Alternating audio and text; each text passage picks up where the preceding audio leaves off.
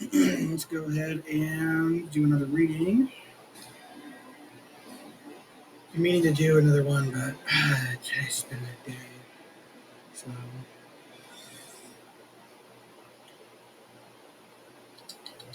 let's go down. I think I'm on 31, 32. 32. Let's go down. 2, 8, 5, 32. Okay. 2 Samuel 13 to 21. It's like round 5 trying this.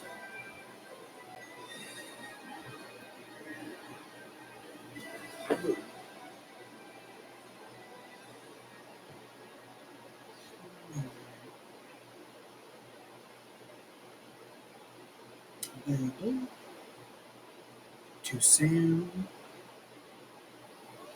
And which one did I say was 13? Oops. 13. Okay. Let's do it. Alright. Check that out. One sec. Just gonna read quieter. Oops. Okay. So that's there. There. Alright. 2 Samuel 13. Now David's son Absalom had a beautiful sister named Tamar, and David's son Amnon fell in love with her. Amnon was so distressed that he became sick because of his sister Tamar, for she was a virgin, and it seemed impossible for Amnon to do anything to her. Now Amnon had a companion named Jehonadab, the son of Shemaiah, David's brother, and Jehonadab was a very clever man. So he said to him, "Why are you, the king's son, so depressed every morning? Why not tell me?"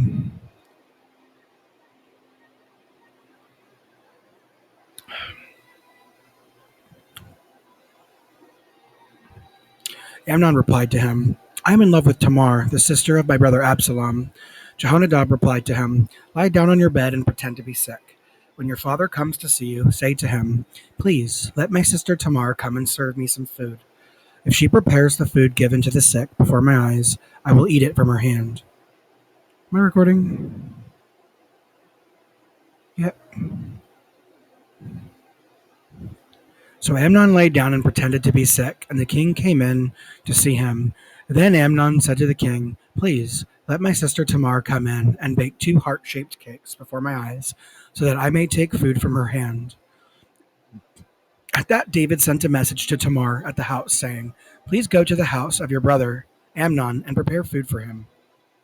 So Tamar went to the house of her brother Amnon, where he was lying down. She took the dough and kneaded it into cakes before his eyes, and cooked the cakes.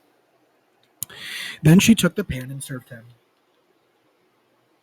But Amnon refused to eat and said, "Have everybody leave me." So everybody left him. Amnon now said to Tamar, "Bring the food into the bedroom so that I may eat it from your hand." So Tamar took the heart-shaped cakes that she had made and brought them to her brother Amnon in the bedroom. When she brought them for him to eat, he grabbed her and said, "Come, lie down with me, my sister."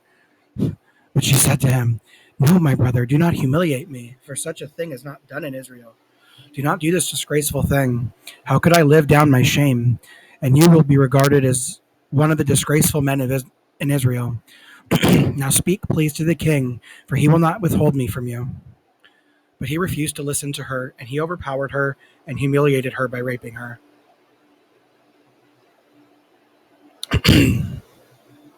Then Amnon began hating her with a very intense hatred, so that his hatred for her became greater than the love he had felt for her. Amnon said to her, "Get up, go away." At this she said to him, "No, my brother, for sending me away now is worse than what you have done with me." But he refused to listen to her. With that, he called his young attendant and said, "Get this person out of my presence, please, and lock the door behind her." Now she was wearing a special robe, for those were the garments that the virgin daughters of the king wore. So his attendant led her outside, and he locked the door behind her. Then Tamar put ashes on her head, and she ripped apart the fine robe she was wearing. and she kept her hands on her head and walked off, crying out as she walked.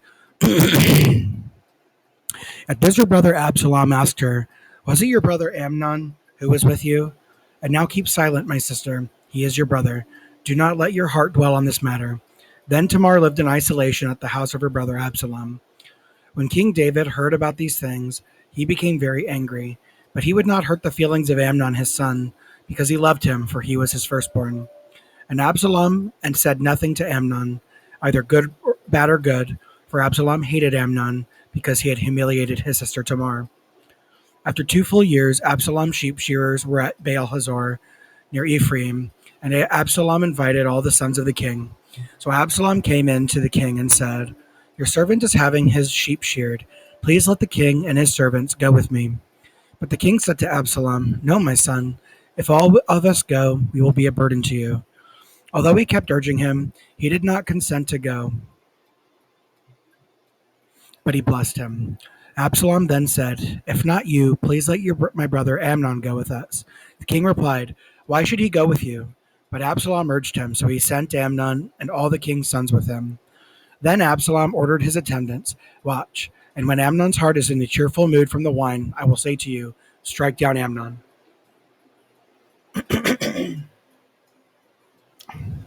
You must then put him to death. Do not be afraid. Is it not I who command you? Be strong and courageous." So Absalom's attendants did to Amnon exactly as Absalom had ordered. Then all the other sons of the king got up, and each one mounted his mule and fled.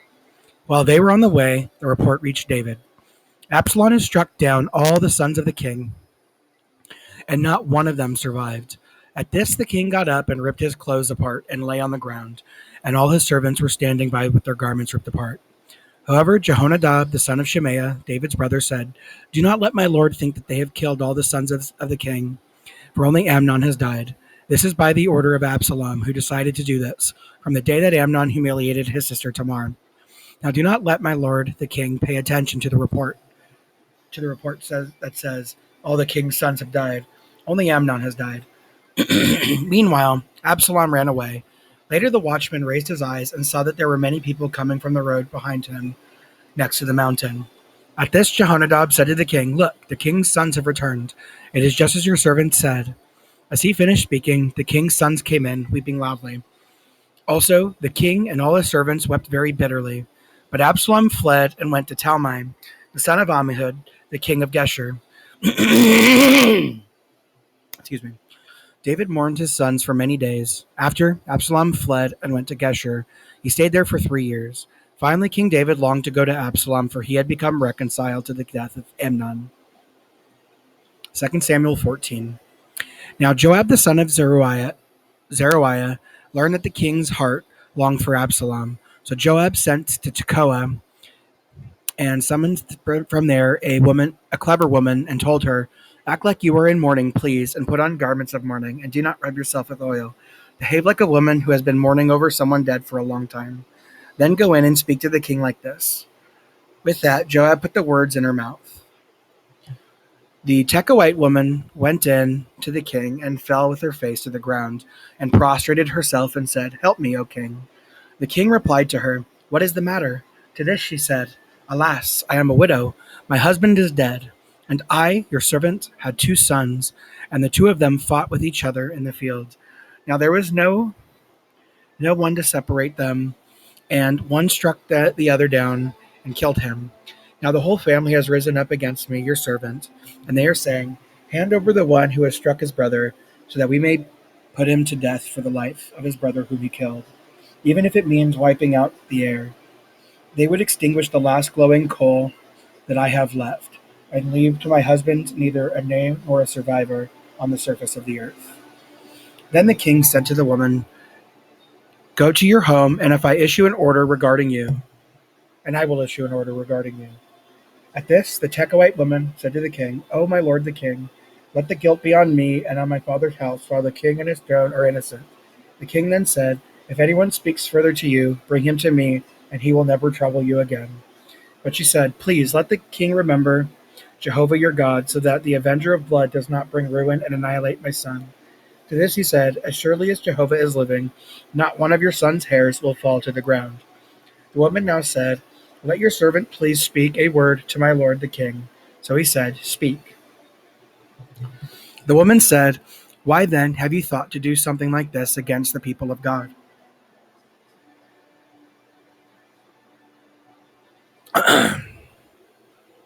When the king speaks this way, he makes himself guilty, for the king does not bring back his own banished son. We will surely die and be like waters that are poured out on the ground, which cannot be recovered. But God would not take away a life, and he considers reasons why the banished one should not always be banished from him. I have come in to say this to my lord, the king, because the people made me afraid.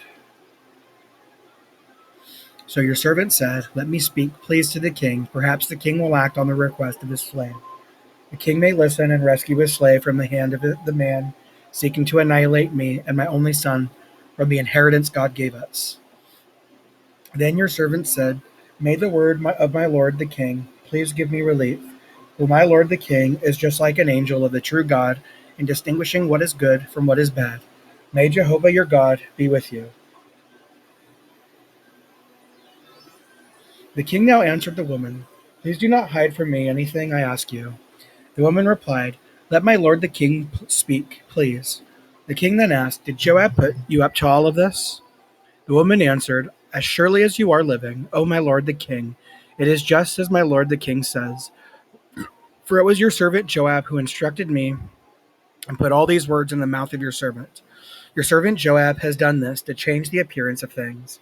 But my lord has wisdom like that of the angel of the true God and knows all that is happening in the land."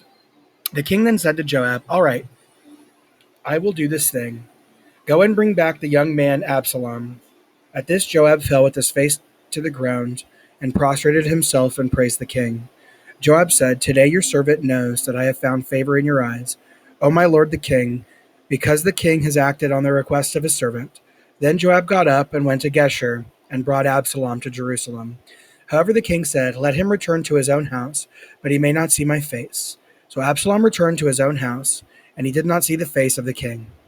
Now in all Israel, no man was as highly praised for his handsome appearance as Absalom. From the sole of his foot to the crown of his head, there was no flaw in him. When he shaved his head, he had to shave it at the end of every year because it was so heavy for him. The hair of his head weighed 200 shekels.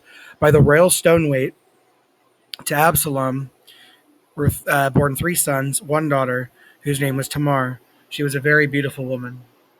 And Absalom continued living in Jerusalem for 2 full years, but he did not see the face of the king.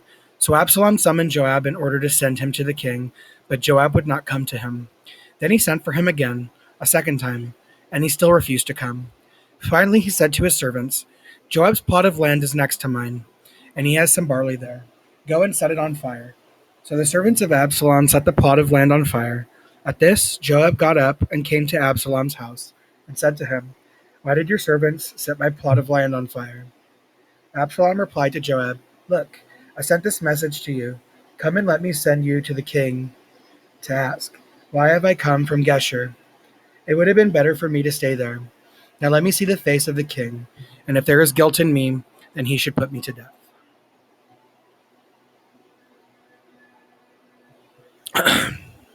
So Joab went in to the king and told him. Then he called Absalom and came into the king and prostrated himself before him, falling with his face to the ground before the king. Then the king kissed Absalom. Oh, I just thought of an awesome way. Okay, so just as a reminder, because I have the access to the terminal, this one, the Penguin terminal.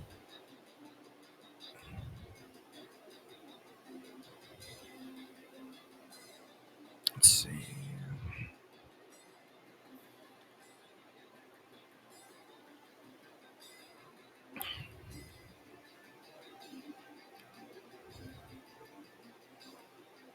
No, the virtual machine's not loading. Okay, well, I'll have to figure that out. But if I can get that working again, then I can do use a text editor in there, and then save it to that. That's a good idea. All right. Um,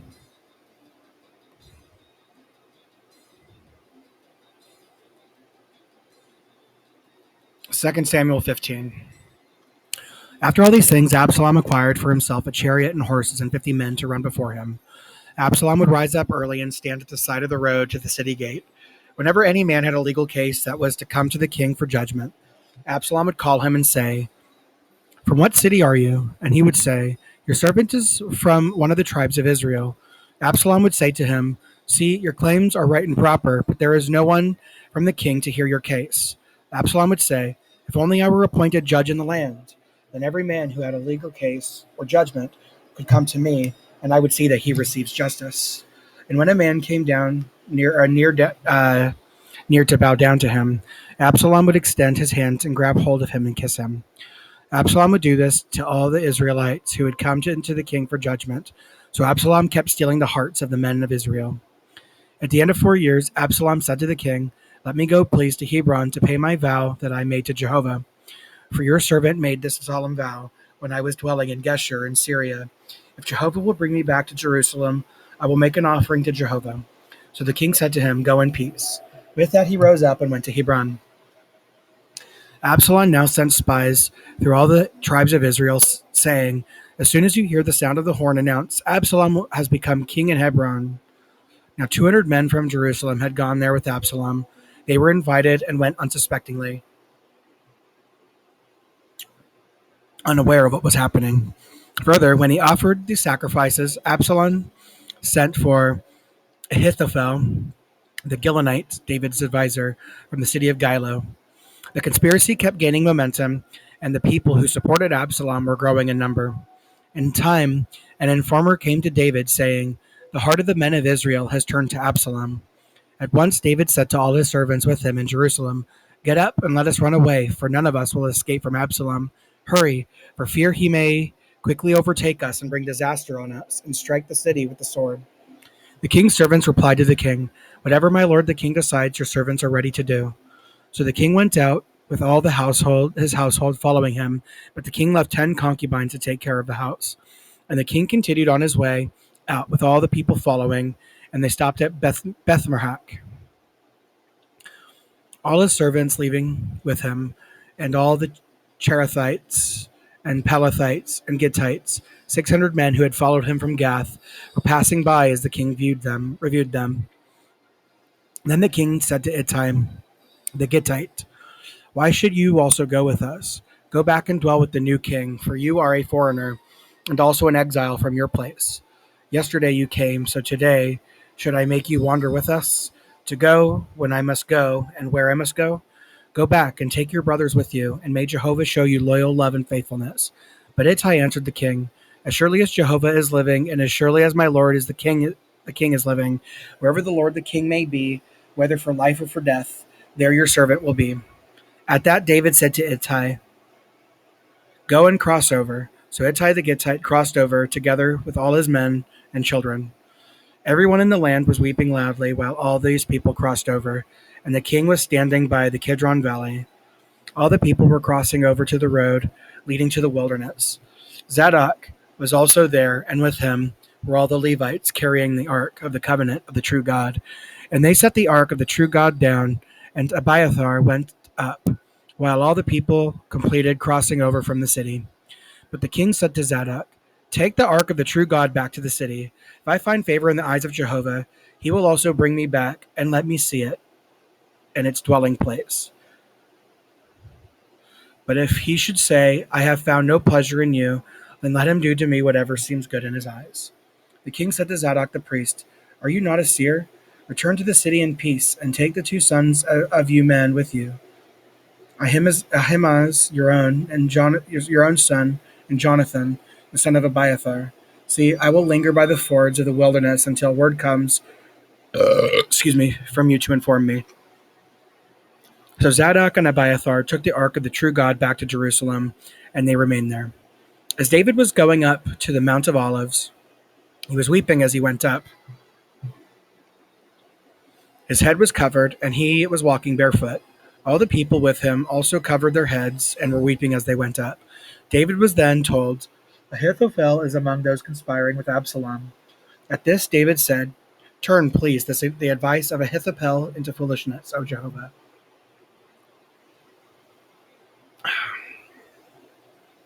When David came to the summit where people used to bow down to God, Hushai the Archite was there to meet him, with his robe ripped apart and dirt on his head.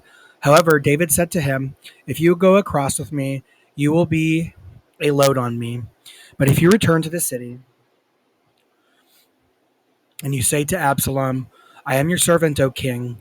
I was the servant of your father in the past, and now I am your servant,' you can then frustrate the advice of Ahithophel for me. Are not Zadok and Abiathar the priests there with you? You must tell Zadok and Abiathar the priests everything that you hear from the house of the king.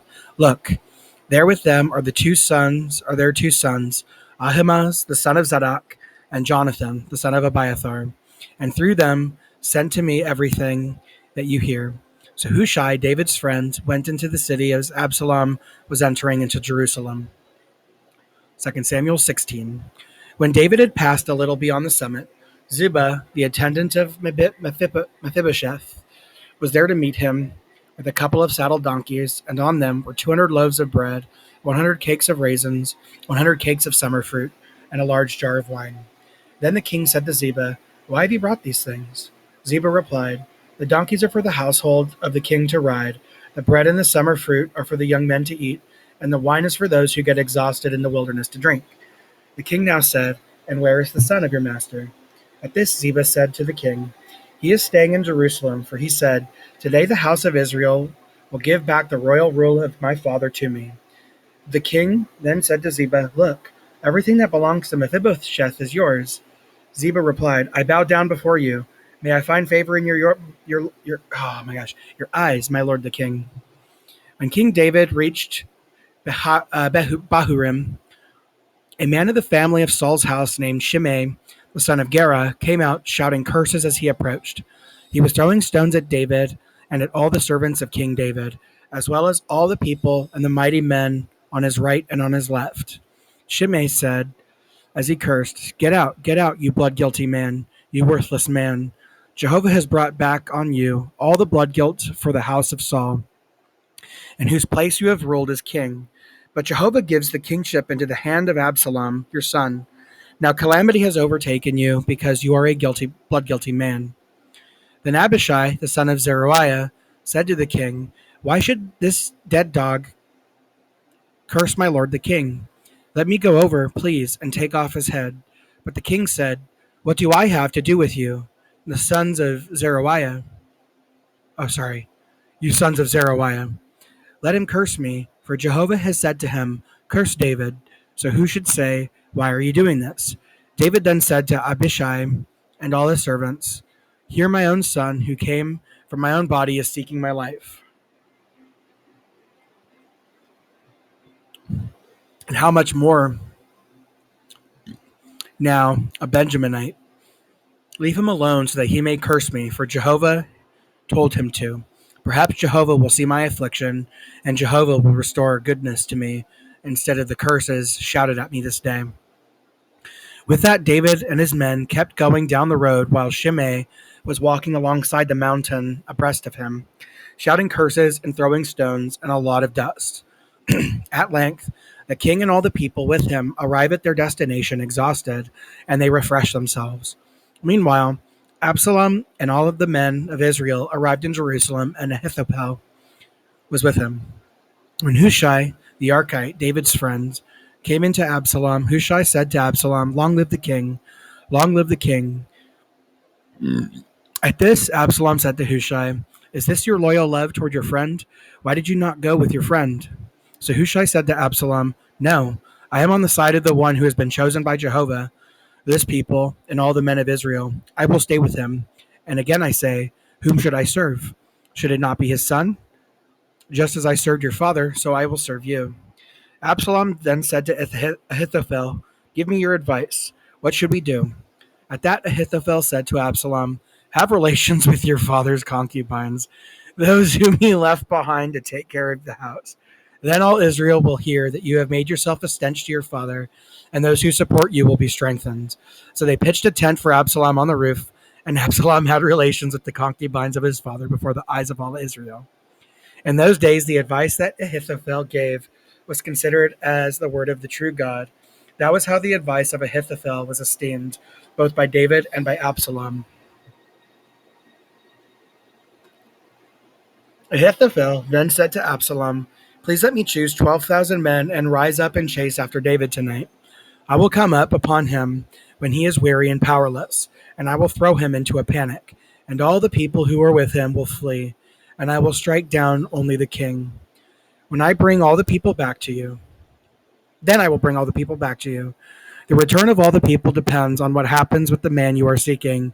Then all the people will be at peace." The proposal was just right in the eyes of Absalom and all the elders of Israel. However, Absalom said, "Please call Hushai the Archite as well, and let us hear what he has to say." So Hushai came in to Absalom. Then Absalom said to him, "This is the advice Ahithophel gave. Should we act on his advice? If not, you tell us." At this, Hushai said to Absalom, "The advice that Ahithophel gave is not good in this instance." Hushai continued, "You well know that your father and his men are mighty, and they are desperate, like a bear that has lost her cubs in the field. Moreover, your father is a warrior, and he will not spend the night with the other people. At this very moment, he is hiding in one of the caves or in some other place. And if he attacks first, those hearing of it will say, 'The people following Absalom have been defeated.'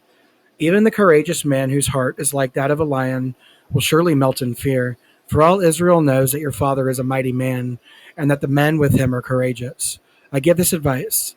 Let all Israel be gathered to you, from Dan to Beersheba, as far as the grains of sand by the sea, and you should lead them into the fight. We will come against him wherever he is found, and we will come upon him just like the dew that falls on the ground, and not one of them will survive. Not he nor any of the men with him. If he retreats into a city, all Israel will carry ropes to that city, and we will drag it down into the valley until not even a pebble is left." Then Absalom and all the men of Israel said, "The advice of Hushai the Archite is better than the advice of Ahithophel."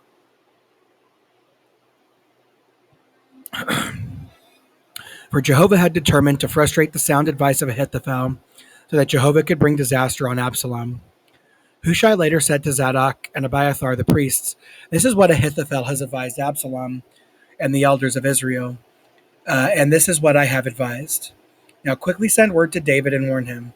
Do not stay at the fords of the wilderness tonight, but cross over without fail, or the king and all the people with him will be wiped out." Jonathan and Ahimaaz were staying at Enrogel. So a servant girl went off and told them that they were to tell King David, for they did not dare to be seen entering the city. However, a young man saw them and told Absalom.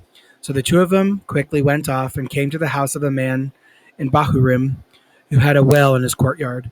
They went down into it, and the man's wife spread a covering over the top of the well and covered it with cracked grain. No one knew about it. The servant of Absalom came to the woman at her house and asked, "Where are Ahimaaz and Jonathan?" The woman replied, "They passed by toward the water." Then the men searched for them but did not find them, so they returned to Jerusalem. After the men were gone, they came up out of the well and went and informed King David. They said to him, "Rise up quickly and cross the water, for this is what Ahithophel advised against you." Immediately David and all the people with him rose up and crossed by the Jordan. Oh my gosh.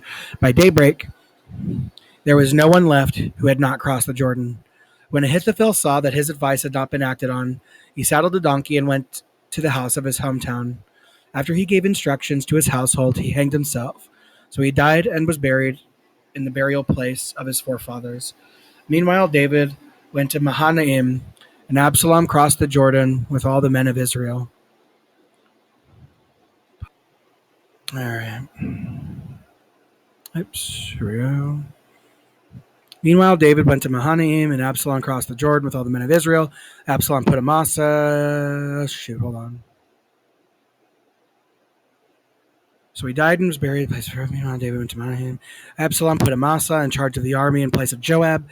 Amasa was the son of a man named Ithra, the Israelite, who had relations with Abigail, the daughter of Nahash, the sister of Zeruiah, Joab's mother.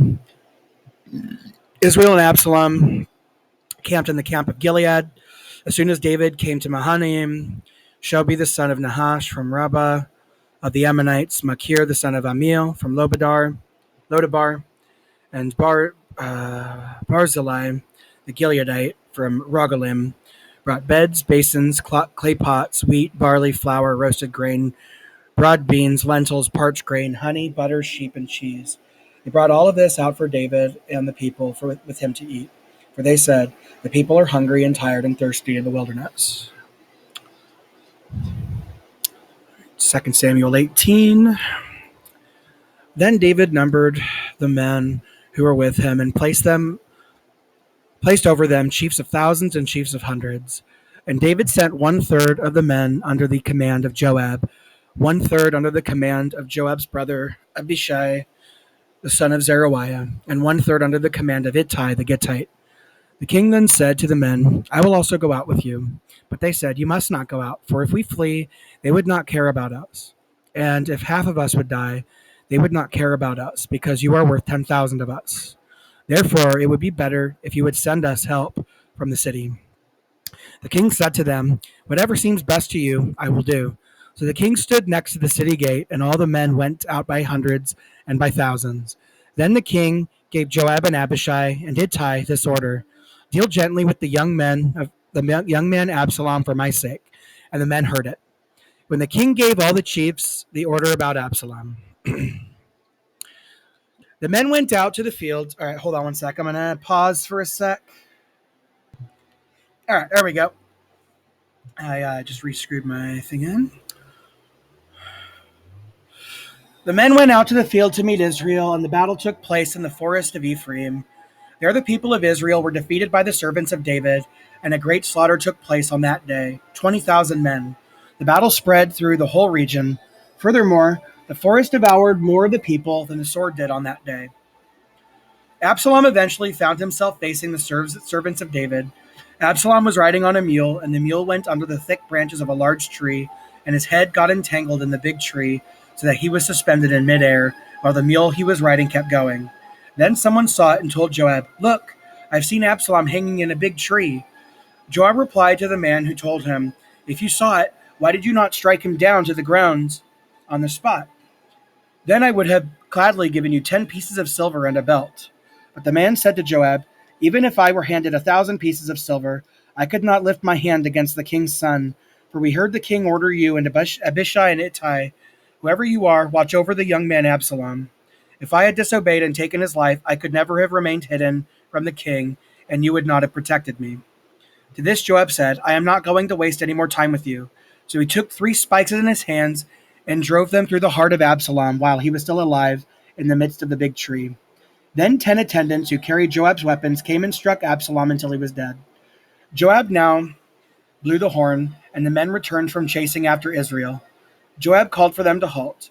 They took Absalom and threw him into a big pit in the forest and piled up over him a very big heap of stones, and all Israel fled to their homes. Now Absalom, when he was alive, had taken and set up for himself a pillar in the valley of the king, for he said, I have no son to preserve the memory of my name. So he named the pillar after himself, and it is called Absalom's monument to this day. Ahimaaz, the son of Zadok, said, let me run, please, and break the news to the king, so Jehovah has given him justice by freeing him from his enemies. But Joab said to him, you will not be a bearer of news this day. You may break the news on another day. But today you will not break the news, because the king's own son has died. Then Joab said to a Cushite, go tell the king what you have seen. At that, the Cushite bowed to Joab and ran off. Ahimaaz, the son of Zadok, said once again to Joab, whatever happens, please let me also run behind the Cushite. However, Joab says, why should you run, my son, when there is no news for you to tell?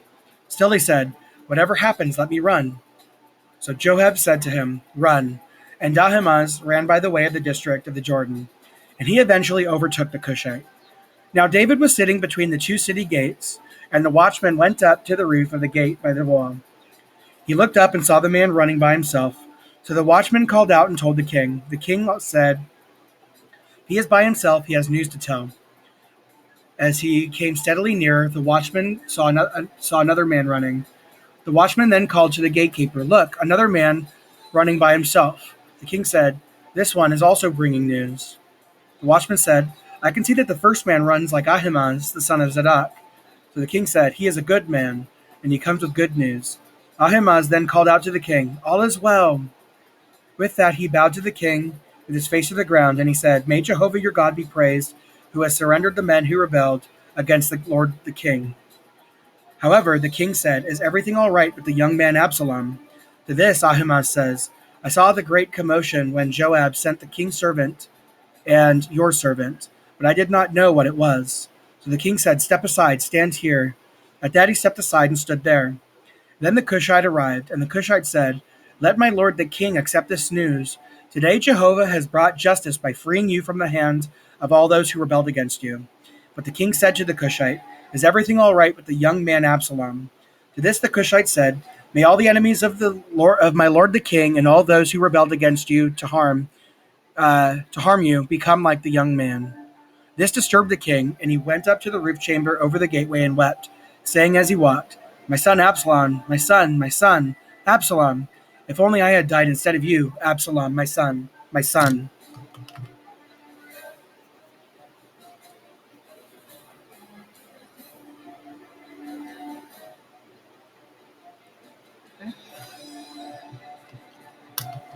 2 Samuel 19.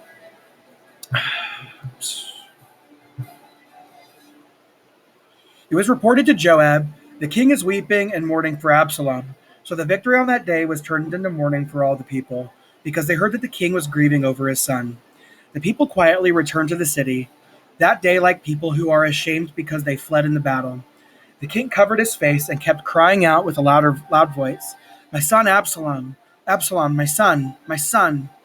Then Joab went in to the king at the house and said, "Today you have put to shame all your servants who this day saved your life and the lives of your sons, your daughters, your wives, and your concubines. You love those who hate you and hate those who love you, and you have made it clear today that your chiefs and servants mean nothing to you, because I am sure that if only Absalom were alive today and the rest of us were dead, it would be all right with you. Now get up and go out and reassure your servants, because by Jehovah, I swear that if you do not go out, not a man will remain with you tonight. This will be worse for you than all the injury that has come upon you from your youth until now." So the king rose up and sat in the city gate, and all the people were informed. Now the king is sitting in the gate. Then all the people came before the king. But Israel had fled each to his home. All the people and all the tribes of Israel were disputing, saying, "The king saved us from our enemies, and he rescued us from the Philistines. But now he has fled the land because of Absalom. And Absalom, who we anointed over us, has died in the battle. So now, why are you doing nothing to bring the king back?" King David sent this message to Zadok and Abiathar the priests. "Speak to the elders of Judah, saying, why should you be the last ones to bring the king back into his house, when the word of all Israel has come to the king at his house? You are my brothers, you are my own bone and flesh. Why should you be the last ones to bring the king back? And you should say to Amasa, are you not my own bone and flesh?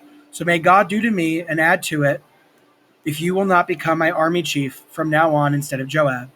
So he won over the hearts of all the men of Judah as one man, and they sent word to the king, "Come back, you and all your servants."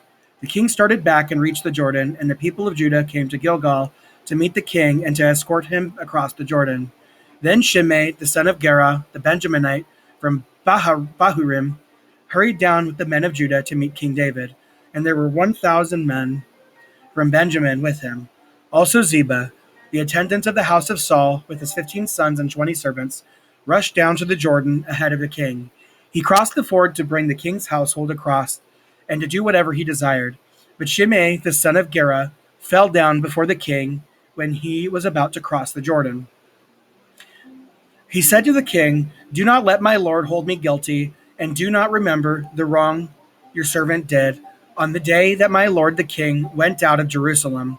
May the king not take it to heart, for your servant well knows that I have sinned. So today I have been the first of all the house of Joseph to come down to meet my lord the king." At once Abishai, the son of Zeruiah, said, "Should not Shimei be put to death for this, because he cursed the anointed of Jehovah?" But David said, "What does this have to do with you, the sons of Zeruiah, that you should act against me today? Should anyone be put to death today in Israel? For do I not know that today I am king over Israel? Then the king said to Shimei, you will not die. And the king gave him his oath. Oh,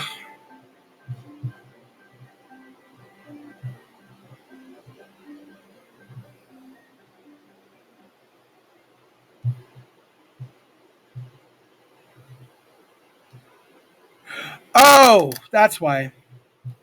I forgot. The stylus is on my draw pad, and it was acting as a mouse. 18.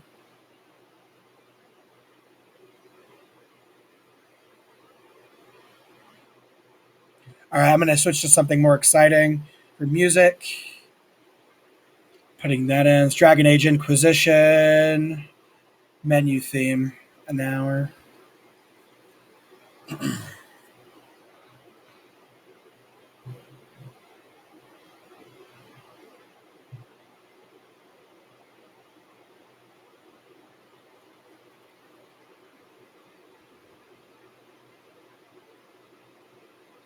There we go.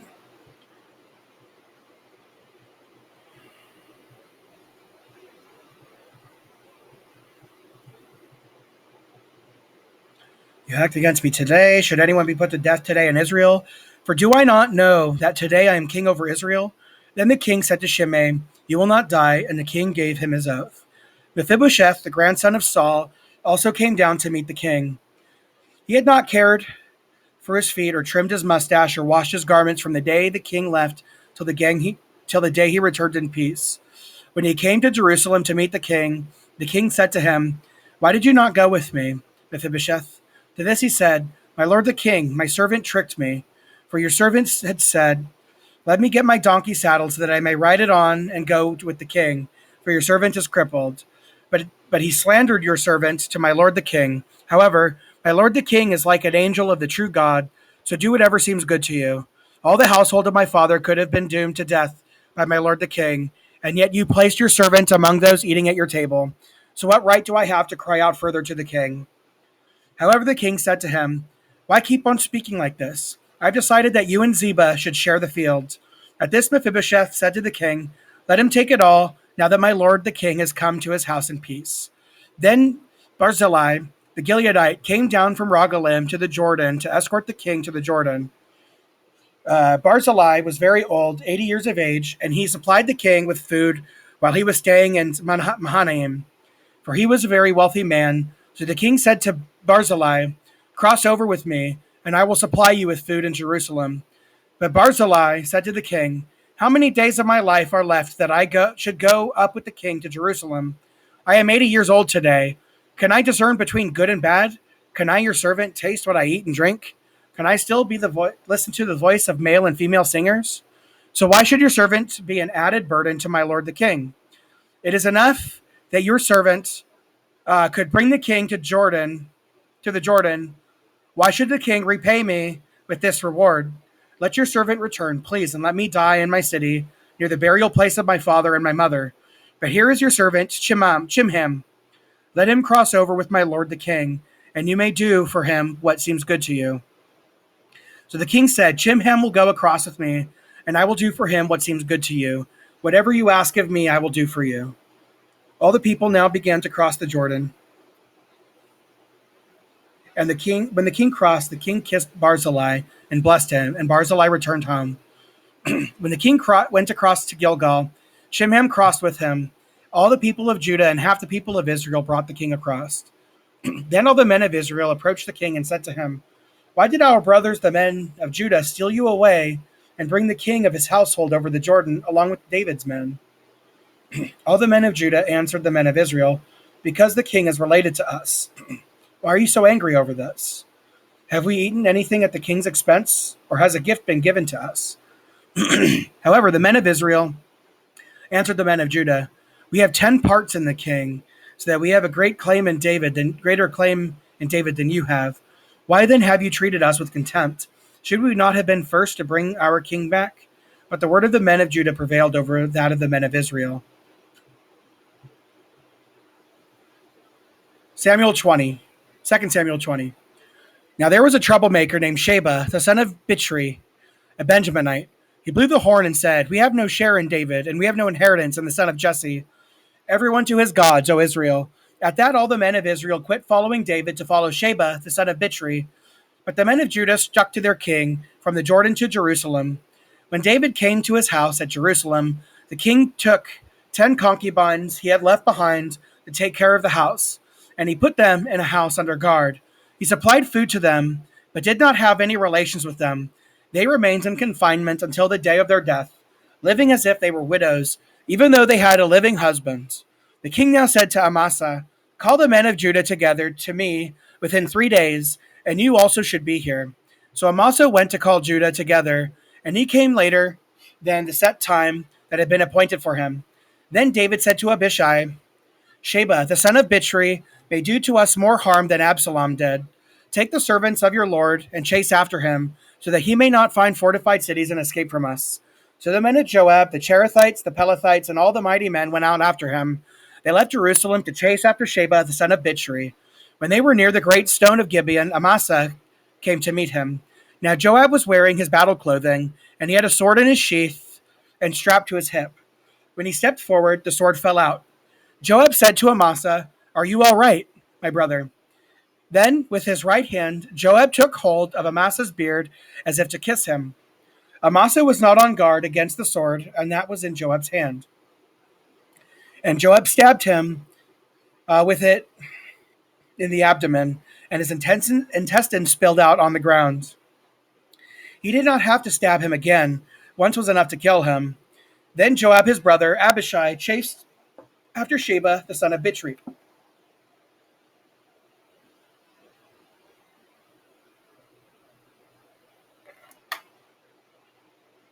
All right, I'm going to take the rest of this.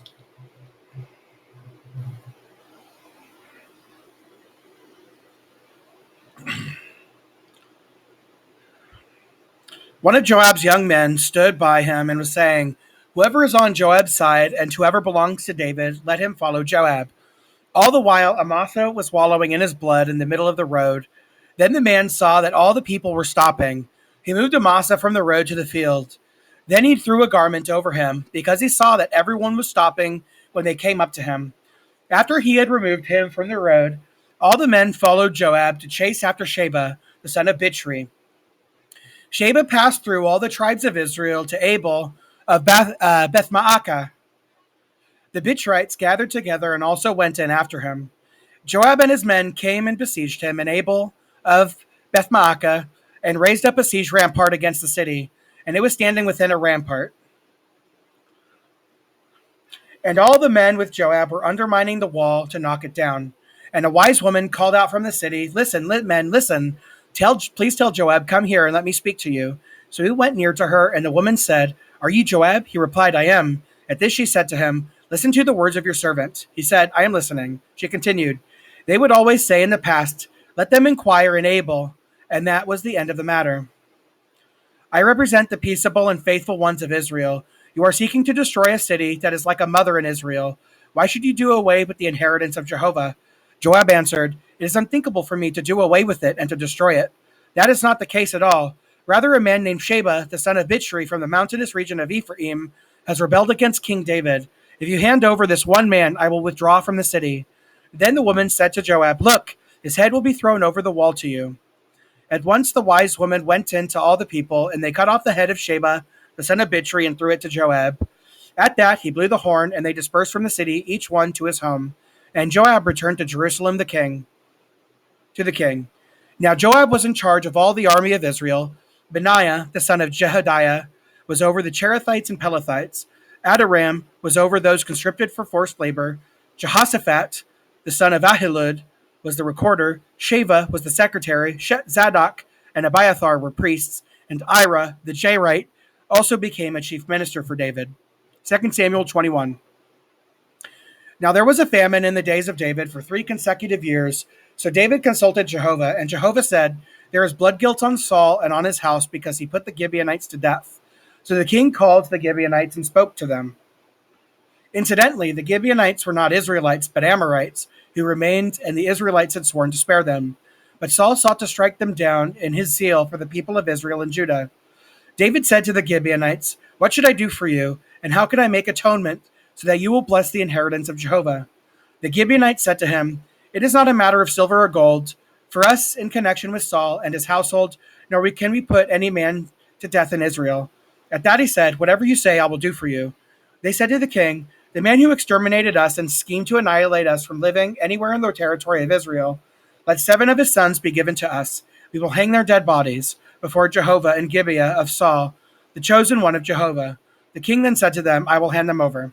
However, the king showed compassion for Mephibosheth, the son of Jonathan, the son of Saul, because of the oath made before Jehovah between David and Jonathan, the son of Saul.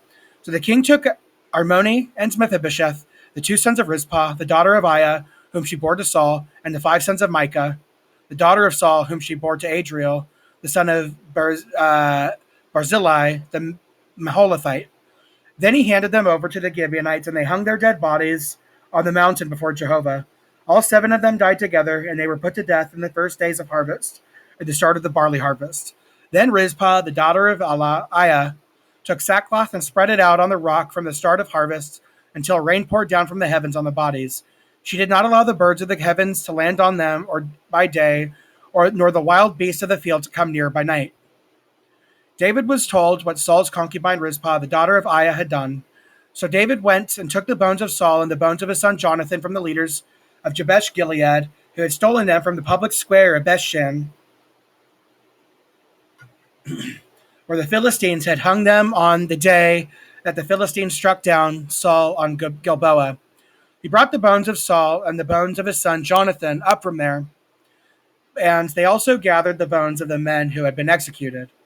Then they buried the bones of Saul and Jonathan and his son in the land of Benjamin and Zelah, in the tomb of Kish, his father.